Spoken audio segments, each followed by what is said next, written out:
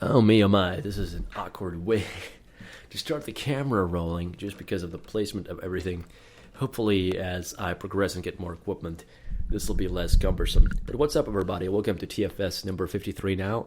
I think the Fractal Standard is a daily variety show where I talk about all sorts of odds and ends. And let's look at this.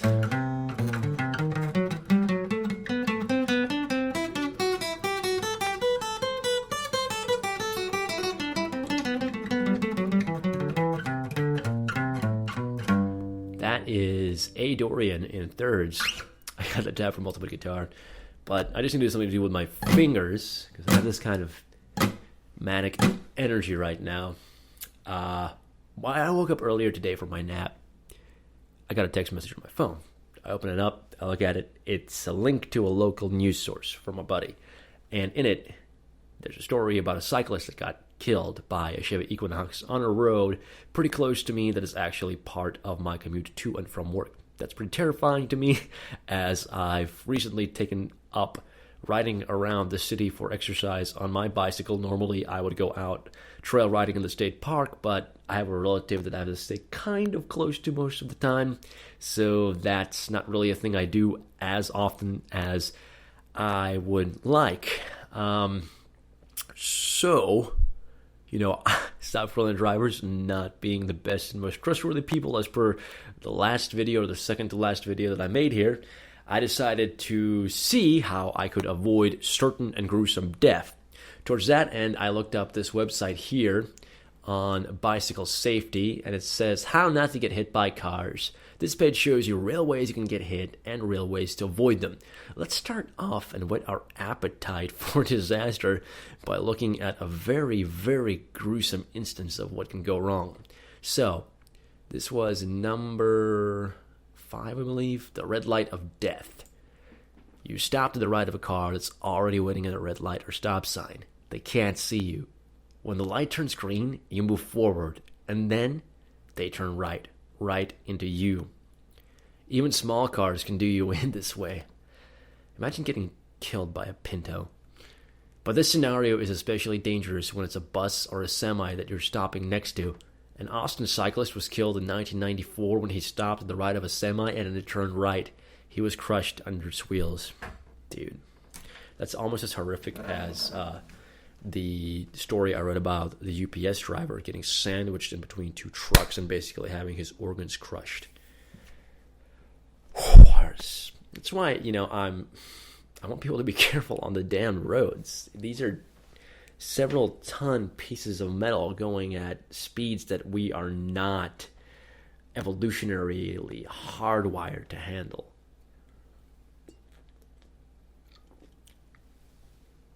And as for cyclists, I'm not necessarily, because there was no details in the story about the guy that died in the local area, I'm not going to necessarily implicate the motorist as being at fault. Because it could be the cyclist not following these very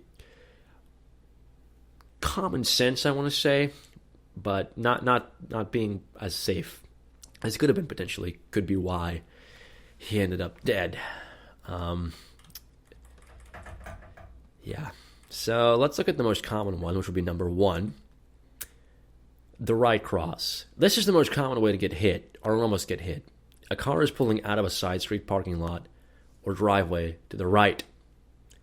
Notice that there are actually 2 possible kinds of collisions here. Either you're in front of the car and the car hits you, or the car pulls out in front of you and you slam into it.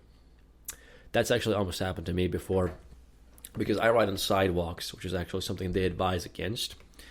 But I was riding on the sidewalk and this lady was pulling out in an SUV out of an area of business where I couldn't really see.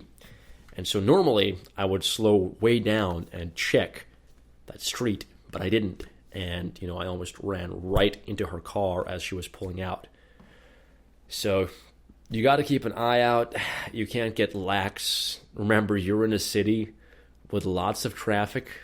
And yeah, you're more vulnerable and people should be looking out for you. But remember, that could have really screwed up that lady's day if she had hit my Yahoo ass out on the bike, messed up her car, and then had to worry about, me and my bullshit. So when you're out there and you're cycling, pay the fuck attention. All right, so here's their tips for how to avoid this collision. Number 1, get a headlight. If you're riding at night, you absolutely should be using a front headlight. I don't ride at night generally, but I have one, but it fell off, so I need to put that fucker back on there. Number 2, wave. If you can't make eye contact with the driver, wave your arm. Okay. Yeah, it could be a little bit awkward because people already give you the stank eye for being a pedestrian or a cyclist these days, just because, at least in my area, it's not very common to see people walking about. Slow down. If you can't make eye contact with the driver, especially at night, slow down so much that you're able to completely stop if you have to. I think that was a better course of action. Ride further left. You're probably used to riding in the A-line in the picture, very close to the curb. They have a little diagram there. There's A, there's the curb, there's B, slightly further away. Because you're worried about being hit from behind, but take a look at the car. When the driver is looking down the road for traffic, he's not looking in the bike lane or the area closest to the curb. He's looking in the middle of the lane for the cars. The farther left you are, such as in B, as relative to A right next to the curb, the more likely the driver will see you. There's an added bonus here. If the motorist doesn't see you and starts pulling out, you may be able to get even further left, or may be able to speed up and get out of the way before impact. Very common sense thing. And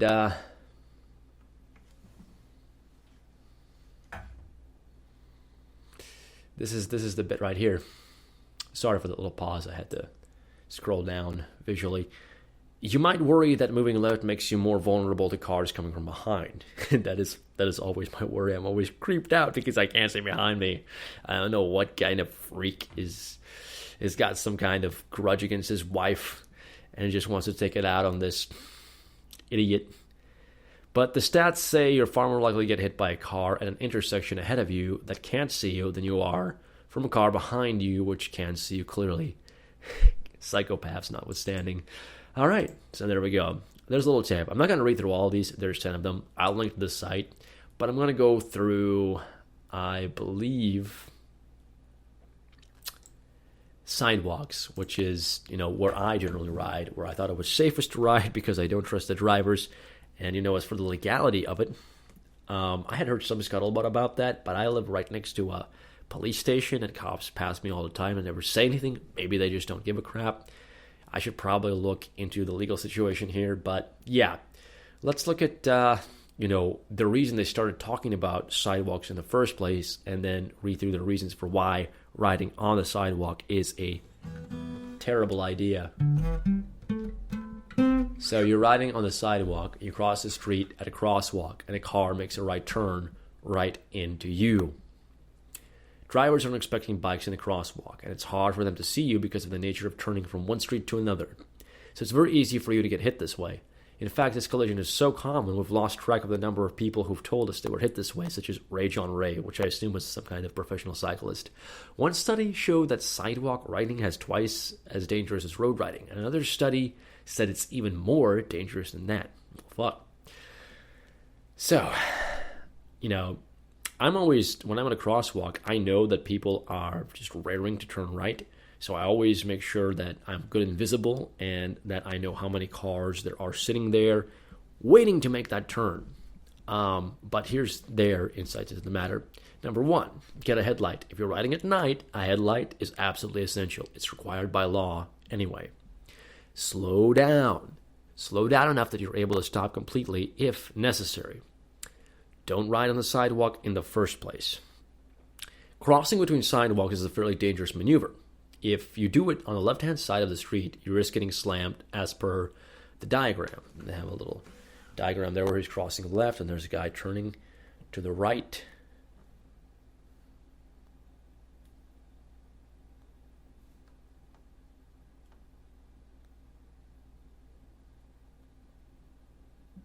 Yeah, to the right. Sorry. I just totally had a brain freeze. But yeah, to the right, he's about to hit the cyclist. Now, sidewalk riding also makes you vulnerable to cars pulling out of parking lots or driveways. And you're threatening to pedestrians on the sidewalk who could get hurt if you hit them. These kinds of accidents are hard to avoid, which is a compelling reason to not ride on the sidewalk in the first place. In addition, riding on the sidewalk is illegal in some places.